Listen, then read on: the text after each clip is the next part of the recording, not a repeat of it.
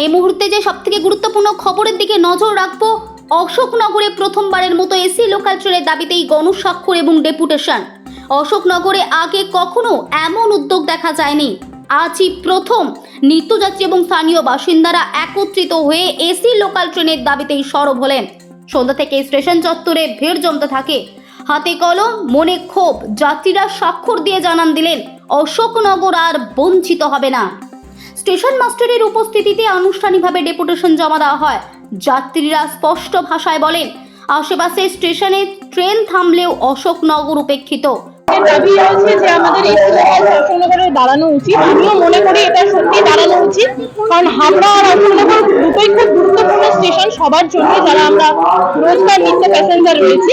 তো দুটো থেকে সমানভাবে লোক, তো আমার পার্সোনালি ফিল যে হাবড়া থেকে অশোকনগর থেকে লোক বেশি ওঠে, এবং ট্রেনের গ্যাপ এত বেশি যে মাঝরাতের পর যে 8:47-এর বন্ধ আছে, মাঝে যদি একটা ট্রেন আমাদের না থাকে, তো যারা ডেলি প্যাসেঞ্জার তাদের জন্য সত্যি খুব অসুবিধা হবে। তো আমার দাবি যে এটা ট্রেনটাকে এখানে দাঁড় করানো উচিত, এসি লোকালটাকে দাঁড় করানো উচিত অশোকনগরে, অ্যাটলিস্ট স্টপেজ দেওয়া উচিত। প্রতিদিন অফিস স্কুলের পথে ঠাসা ভিড়ের মধ্যে যাতায়াত করা নিত্যযাত্রীদের কাছে এসি লোকাল ট্রেন একটি ন্যায্য অধিকার। ডেপুটেশন দেওয়ার পরই স্থানীয় যুবক আকাশ করের কণ্ঠে ক্ষোভ ফুটে ওঠে। আজকের দিনটা ঐতিহাসিক। এতদিন সবাই চুপ ছিল, কিন্তু আর নয়। অশোকনগরে হাজারো মানুষ প্রতিদিন রেলের নির্ভরশীল। এসি লোকাল এখানে না থামার মানে সরাসরি বঞ্চনা। আমরা চাই অবিলম্বে সিদ্ধান্ত। মানুষের চোখে প্রত্যয়ের ঝিলিক, মুখে স্লোগান, ন্যায্য দাবি পূরণ না হলে লড়াই চলবে। আজকের গণস্বাক্ষর যেন নতুন লড়াইয়ের সূচনা, যেখান থেকে অশোকনগরের যাত্রীদের কণ্ঠ একসাথে উচ্চারিত হলো, এসি লোকাল থামতেই হবে। আমি প্রথমে ফেসবুকে পোস্ট করেছি, আরও আমাদের লোকেরা বলেছেন। সে যাই হোক, এতে কোনো কম্পিটিশনের ব্যাপার নেই, কিন্তু কথাটা হচ্ছে এই যে কোনো যুক্তি নেই অশোকনগর রোড স্টেশনে না দাঁড়িয়ে, না স্টপেজ দিয়ে এই এসি লোকাল ট্রেন নিয়ে যাওয়া। ইম্পর্টেন্সের দিক থেকে, পাবলিক তার ভিড় ওঠা নামা সেটার দিক থেকে, নিত্যযাত্রী। তৃতীয় হচ্ছে যেটা রেলের কাছেও আমরা বলতে আসছি, যে আমরা শুধু সাধারণ মানুষের স্বার্থে তো বটেই, আমরা রেলের স্বার্থেও রেলকে কথাটা বলছি যে ওনারা কেন অকারণ লোকসান করবেন। ওনাদের তথ্য অনুযায়ী অশোকনগর রোড এই স্টেশনটা আমাদের দেশের প্রথম 200 স্টেশনের মধ্যে আছে টিকিট বিক্রির দিক থেকে। অশোকনগরে প্রায় 7 কোটির উপরে 17 লক্ষ টাকা, 7 কোটি 17 লক্ষ টাকার টিকিট বিক্রি হয়েছে 23-24 অর্থবর্ষে। তাহলে এত লোক টিকিট কাটেন, সেই টিকিটের আয় থেকে রেল নিজেদের কেন বঞ্চিত করছে?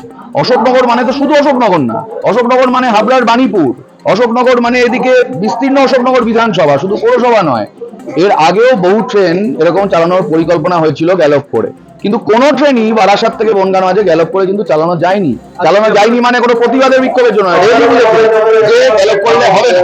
বারাসাতের পর অশোকনগরের স্টপেজ নেই, মসলন্দপুরের স্টপেজ নেই। আপনি ভাবুন তো এরা কারা এসব করলে করছে। আমি অন্য কোনো স্টেশনের সাথে তুলনায় যাচ্ছি না, বা কোনো স্টেশনের স্টপেজ বন্ধ করার দাবি আমাদের নেই, কিন্তু এটা তো ঠিক যে অশোকনগরে 3 কোটি 17 লক্ষ টাকার এরকম ইনকাম, যা ইনকাম, তার থেকে ঠাকুরনগর স্টেশনের টিকিট কাটার ইনকাম কম। দত্তপুকুরের ইনকাম আর অশোকনগর রোডের ইনকাম টিকিটে প্রায় সমান। তাহলে কি ভিত্তিতে এটা বন্ধ করা হচ্ছে? যদি বলেন লোকাল চলে কিনা, লোকাল চলে সেই ভিত্তিতে। বিধাননগর স্টেশনে তো কোনো লোকাল দাঁড়ায় না, কিন্তু স্টপেজ দেওয়া হচ্ছে কেন? কারণ ইম্পর্টেন্ট, ঠিক করেছে। তাহলে অশোকনগর রোডের ইম্পর্টেন্স কি তারা জানেন না? মসলন্দপুরের ইম্পর্টেন্স জানেন না? গুমামিডার মধ্যে একটাতেও দাঁড়াবে না। এটা হয় কখনো? বিরাটিতে দাঁড়াবে না, এটা হয়। আজকের দিনে নিউ টাউনে এত লোক চাকরি করতে যায়, সেখানে দুর্গানগরে দাঁড়াবে না, এটা কখনো হতে পারে? অযৌক্তিক ব্যাপার। এই অযৌক্তিক ব্যাপার যাতে না চলে, যাতে প্রথম দিন থেকে এই স্টপেজ অশোকনগরে দেওয়া হয়, আমরা তার দাবি জানাবো। আমরা স্বাক্ষর সংগ্রহ করছি, প্রচার করছি মানুষের কাছে। মানুষ, অসংখ্য মানুষ, আমরা সইয়ের কাগজ শেষ হয়ে যাচ্ছে, সই করছেন, আপনারাও দেখলেন। সেই সই নিয়ে আমরা এখানে গেলাম স্টেশন মাস্টারের কাছে, তার কাছে জমা দিলাম। তাকে বললাম যে দেখুন, গণতান্ত্রিকভাবেই অশোকনগর কল্যাণগড়ের মানুষ, বৃহত্তর হাবড়া অশোকনগরের মানুষ লড়াই করে তার জীবন, তার বেঁচে থাকা টিকিয়ে রেখেছে।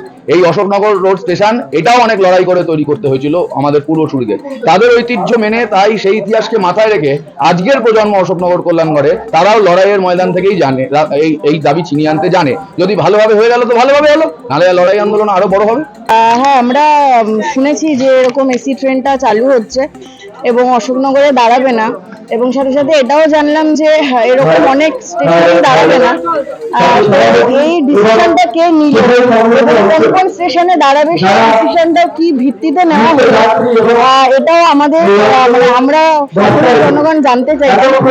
আর অশোকনগর ট্রেন দাঁড়াতে হবে কারণ অশোকনগরের প্রচুর এবং আমাদের দাবি যে অশোকনগরের ট্রেনটা দাঁড়াবে